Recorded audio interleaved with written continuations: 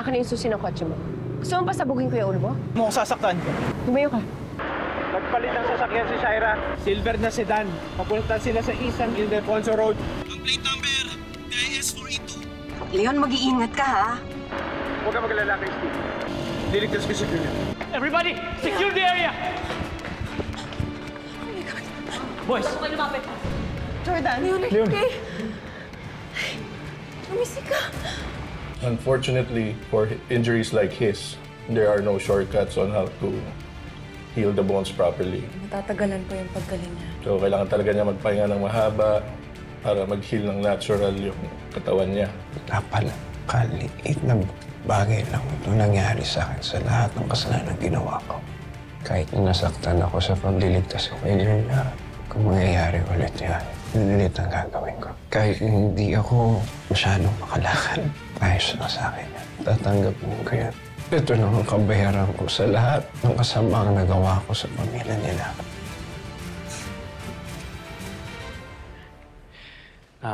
Sabi nga pala ng doktor, pirma lang natin yung discharge papers is mauuwi na si Junior.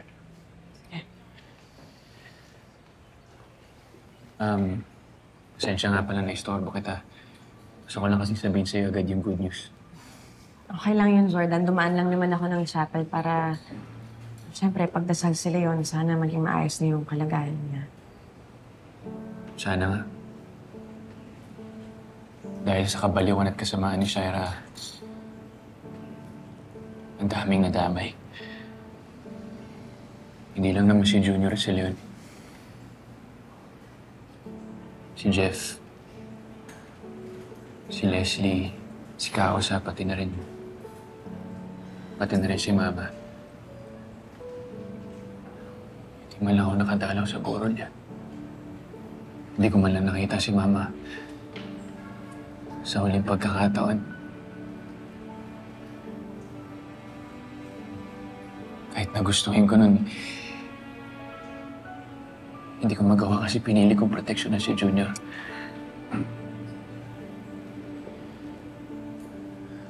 Akala ko kasi nung lumayo kami, pinili kong sumailalim sa Witness Protection Program. Akala ko mailalayo ko siya sa panganib. Tsaka yun lang din yung naisip ko, Christine, na para lubayan kay ni Shaira. Hindi ko alam na mangyayari ito, maniwala ka. Wala rin naman say lahat ng ginawa ko. Lahat ng efforts ko, walang kwenta. Hindi, Jordan. Hindi. Naiintindihan ko kung bakit kayo umalis nang walang pasabi.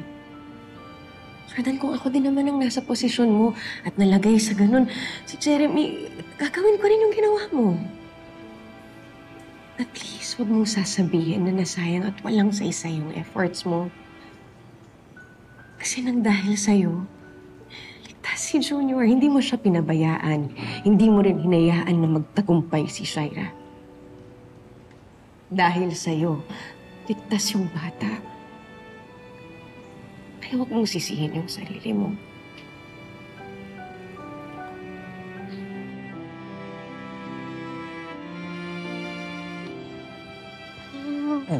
I'm going to get you. I'm going to get you. Halika na, Junior. Ay, sorry, anak. Jeremy mo. Gusto? Mommy, Daddy, I'm so glad na nakauwi na po kayo. Saan po ba kayo nagpunta, Daddy? Miss na miss ko na po kayo ni Junior. Jordan, dalhin ko muna yung mga bata sa kwarto. Okay? Jeremy, Junior, doon muna tayo sa kwarto. Dalhin niyo yung toys. Yan. Anak ka po tayo. Hop, ingat na lang. Okay. Okay.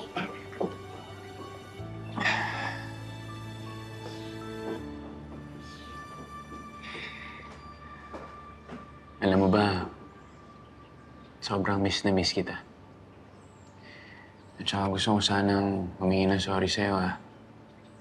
Naintindihan ko naman na bigla kaming nawala na hindi nagpapaalam sa'yo. Pero gusto ko lang sabihin sa'yo na kaya nangyari yun kasi pinoprotektahan ko si Junior. Kinailangan kong gawin yun para hindi siya makuha ng tita Shaira mo. Kailan po ba magsistop si Tita Shaira from trying to hurt us, Daddy? Ayoko naman pong gawin niya kina Jeremy at Junior ang ginawa niya sa amin ni Ate Billy. Listen, anak. Si Tita Shaira mo, nasa custody na siya ng mga polis. Wala na siyang pwedeng gawin para guluhin pa ang pamilya natin. At kung meron man, pangako nandito ako para protektahan kayong lahat. Ikaw, pati si Jeremy, si Juro, pati ang mami mo. Okay, hindi na ako aalis. Hindi ako aalis, pangako. I love you. Ano po, mahal? Come here. Sorry, anak, ha? It's okay.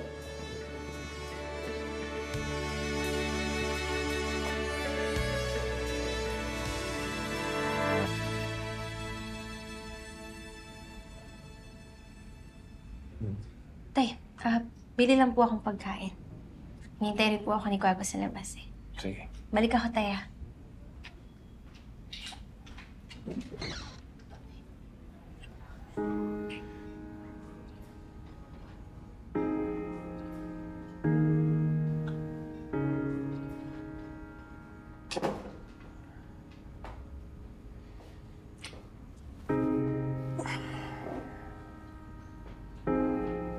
Kumusta na si Junior?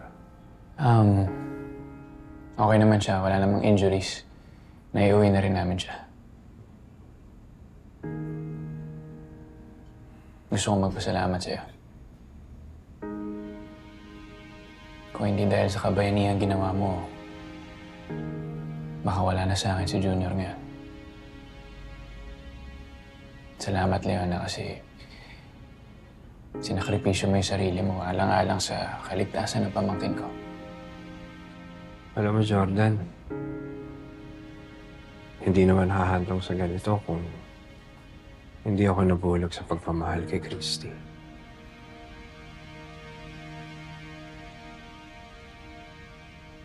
At mali din na nagpagamit ako kay Shaira noon. Naging makasarili ako. Dahil gusto kong angkinin ang asawa mo. Nasira ako yung relasyon niyo. Nasira ako yung pamilya niyo.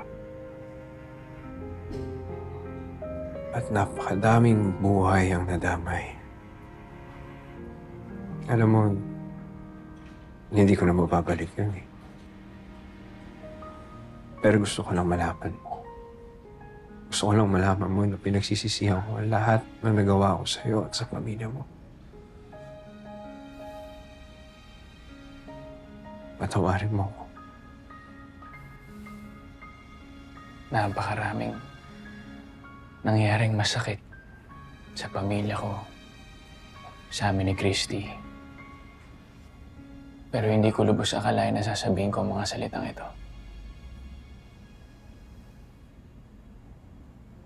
Naramdaman ko yung sinseridad mo nung niligtas mo si Junior. Naramdaman ko na tapat ang pagsisisi mo.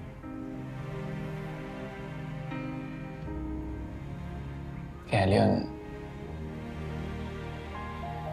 dahil pinapatawad na kita.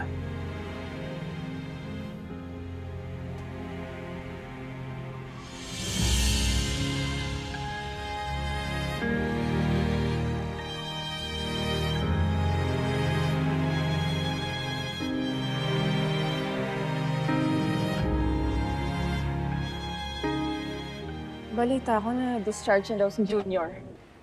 How's he doing? Mabuti naman ang lagi ng bata. Wala na siyang mga nightmares. Pero alam mo, Hannah, dadalhin pa rin namin siya ni Jordan sa child psychologist para matutunan niyang iproseso yung mga trauma na pinagdaanan niya. Kawawa naman. I hope he recovers emotionally and physically. Kung may kailangan ka, just call me. Maraming salamat, Hannah. Sobra kong na-appreciate yung pagtulong mo sa amin ni Jordan sa paghabol kay Shaira. Lalo na kinuha niya si Junior. You know, I think ngayon na nahuli na si Shaira, I think we should become friends. Dapat magtulungan tayo na mag-heal and mag-move on. Ipakita mo kay Shaira na hindi siya nagtagumpay na sirain ang buhay mo. Ang buhay nating lahat. That's the best revenge. Na makita niya na hindi siya nagtagumpay. I really like that. Magandang idea yan, Hannah. I would like to be your friend after all of this. Ano? Kamusta si Leon? Gising na siya? Oo, gising na siya. Hinahanap ka nga niya sa akin.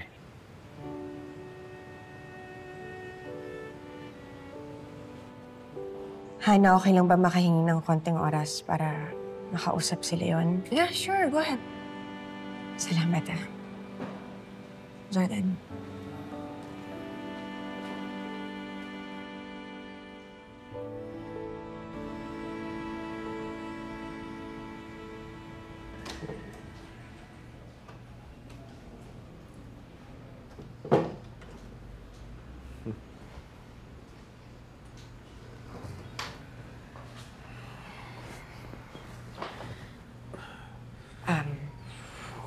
Leon, nabanggit kasi sa akin ni Hannah yung kondisyon mo. Sorry, alam ko grabe yung pagtitiis mo. Ang tindi ng pinagdaanan mo. Gusto ko lang ipaalam sa'yo na nandito kami ni Jordan para damayan ka. Hindi ka nagalit sa akin.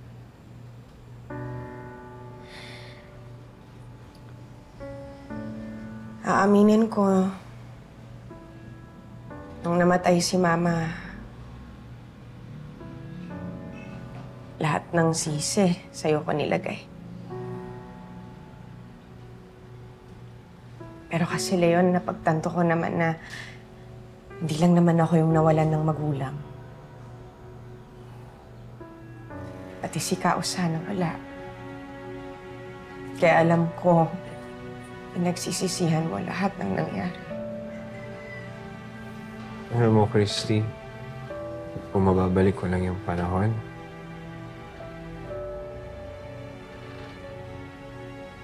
hindi ko gagawin lahat ng ginawa ko. Tuloy lang talaga yung utak ko ng mga panahon na yan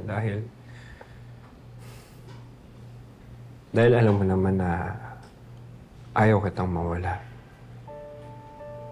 Ayaw kong mawala si Jeremy sa akin. Alam mo naman na ang pinakamalaking kasalanan ko yung naniwala ako kay Shaira sa pangako niya na walang madadamay.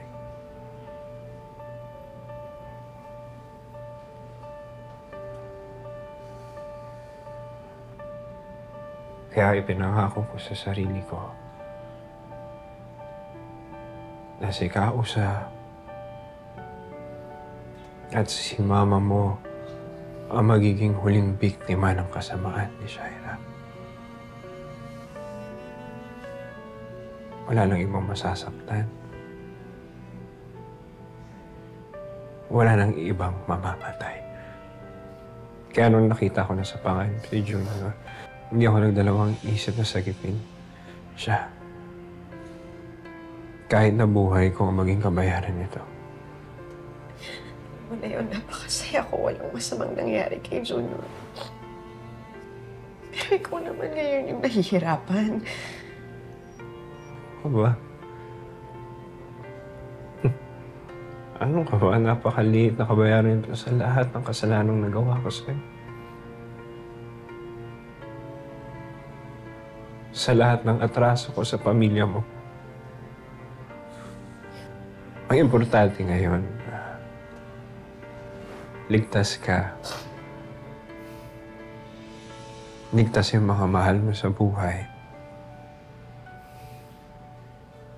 At wala nang mananakit sa'yo dahil nahuli na si Shaira.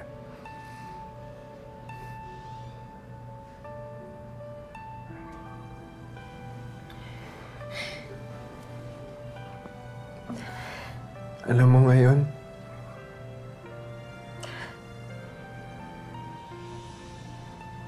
makakamit mo na yun. tahimik na buhay na inaasam. Ngayon, kontento na ako. Dahil nakikita ko na masaya ka.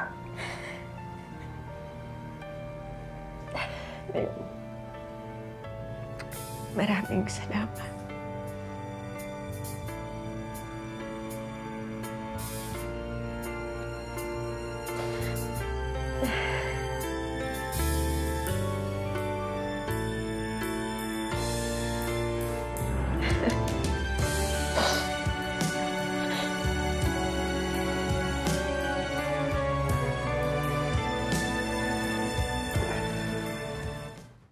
Sarge, ilang beses na nakaiwas na si Shaira sa kamay ng batas. Paano naman kami makakasiguro na hindi na mauulit yun? For the meantime, lalagay muna namin siya sa regular room para doon magpahinga. And kapag na-discharge na siya ng doktor, lilipat namin siya sa correctional facility para doon siya makulong habang hinahain ng patong-patong kaso laban sa kanya. Don't worry. We made sure na mahigpit ang security sa kanya. E nagpadala na ako ng mga tao para magbantay sa kanya 24/7. Pwede ba namin siyang makausap, Sarge?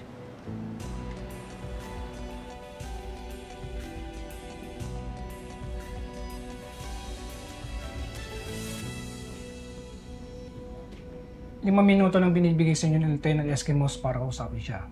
Nasa labas lang ako kung may kailangan kayo. Thank you, sir. Salamat po.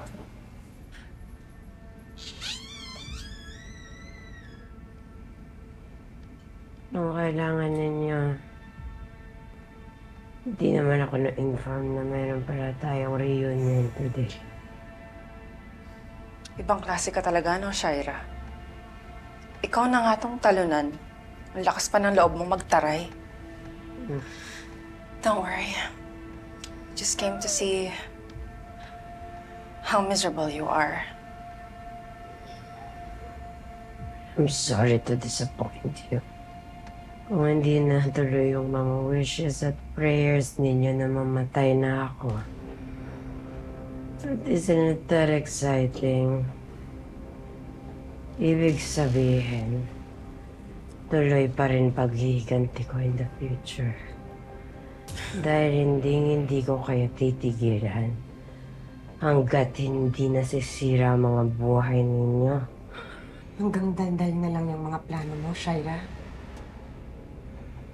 Wala ka nang magagawa sa amin. Lahat ng kakampi mo nakakulong na. Hindi mo na kami masasaktan. Shaira, this is game over for you. Mabubulok ka na sa kulungan. Ayab ka? Ayab kayong lahat? Pupunta na lang kayong lahat sa impyerno. No. Sorry, Shaira. Pero ikaw lang ang may VIP pass papunta ron. Kailangan mong daanan si Satanas bago niya sunugin ang kaluluwa mo. Wala ka ng pag-asa. Huwag ka na rin umasa. Nabibisitahin ka pa ni Junior sa kulungan. Dahil kung naman ang koneksyon yung dalawa, pinuputol ko na yun. Sisiguraduhin ko na lalaki ang bata na malayo sa impluensya mong kasamaan. Kalimutan mo na yan. Na magkamag-anak kayong dalawa. Ayab ka. Wala kang karapatan nilayo sa akin ng anak ko. Kukunin ko ang anak ko, naiintindihan mo? Kukunin ko si Junior. Kukunin ko siya, babawiin ko. Babawiin ko ang anak ko. Akin siya.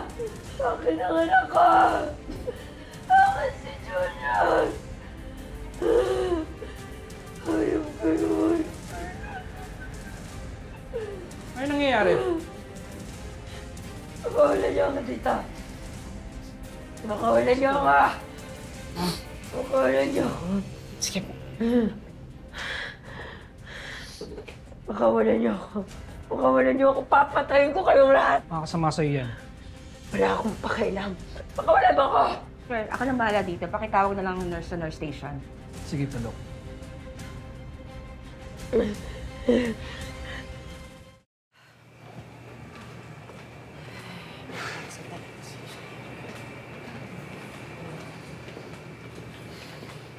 She doesn't look happy. May sunog ata. Si Leon! Si Leon, halin na!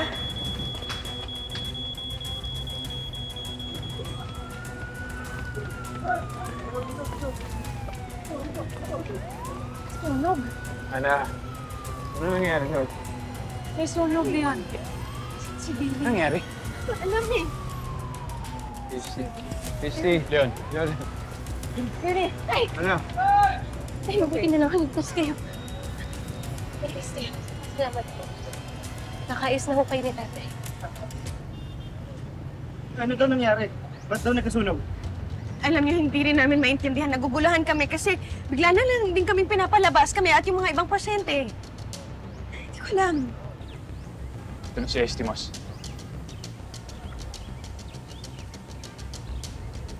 Sergeant, ano nangyari? At saka si Shaira, niligas ba siya ng mga tao mo? Saan niyo dinala? Hindi ko makita eh. Kaya na pa ako tumitingin. Sarge, may problema ba? Nakausap na namin ng fire marshals. Sa 7th floor galing ang sunog ayon sa kanila. 7th floor? That's where we came from. Bigla na lang tumunog yung fire alarm. Pero okay naman nung nandun kami. Parang wala namang problema. Sir, si Shaira, nasan si Shaira? Secured pa rin ba yung kwarto niya ng mga tauhan ninyo?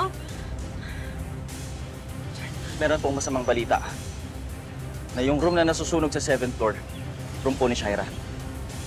Ayon po sa mga bombero, baka short circuit dun sa machine sa loob ng room. Hindi na po naisalba si Shaira. Sandali. Anong ibig yung sabihin? Na natrap yung kapatid ko sa loob? Ha? Pasensya na po pero na-recover na po yung bangkay ng suspect. Burn beyond recognition na po. Kinalulungkot ko pero patay na po si Shaira Lozano.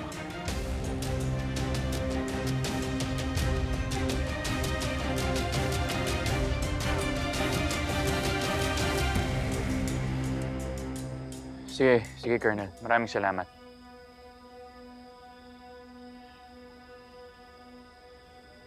Confirm nga. Lumabas na yung DNA test. Bangkay ni Shaira nakita dun sa sunog na part sa hospital. Bakit? Hindi ko alam, Jordan. Parang hindi talaga ako mapalagay eh. Di ba nakita natin na sumabog yung bangka ni Shaira? Sa video, ang klaro eh. Tapos, akala natin patay na siya, pero nalaman pa natin na buhay pa pala yung babaeng yun. Tapos, pinagpatuloy niya pa yung paghahasik ng lagim. Ewan ko eh, paano kung plano niya lang to? Paano kung ginagawa niya lang ulit lahat? Kasi di ba sila din naman ni Franco yung humila ng fire alarm dun sa hotel ni Hannah. Tapos sobrang coincidence naman din yata na yung apoy nagsimula sa kwarto ni Shaira. Parang kasing posible na pinapeke ulit ni Shaira yung pagkamatay niya eh. Christy, alam ko yung iniisip mo, pero imposible na yan sa ngayon. Nakakulong na si Mariposa pati si Alakdan. Si Franco patay na. Wala nang pwedeng tumulong kay Shaira na nasadyain yung pagsunog, patakasin siya sa ospital. Pero Jordan kasi... Christy, look. Kay Colonel Estimos na mismo nanggaling. Kahit na sunog yung katawan, nakumpirma ng mga pulisya sa forensics nila na bangkay ni Shaira yun. Pwede ba maging happy na lang tayo? Na wala na siya sa buhay natin. Hindi na niya tayo guguluhin. Okay? Alam mo, baka tama ka, Jordan. Magiging mapayapa na sina Mama, Kausa, tsaka si Jeff. Kasi pinagbayaran na ng babaeng yun. Ang pagpatay sa kanila.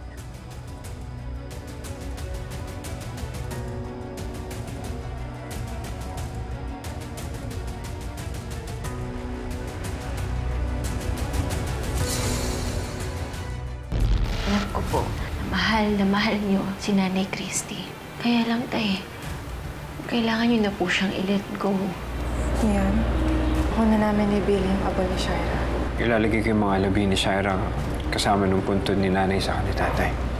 Salamat naman, Christy, at dinala mo si Jeremy. Miss na miss ko na siya eh. Hindi lang naman kasi yun yung rason kung ba't ako nagpunta rito. Bakit po, Nay Christy? Nag-usap na rin kasi kami ni Jordan at itutuloy na namin yung pag-migrate sa Amerika.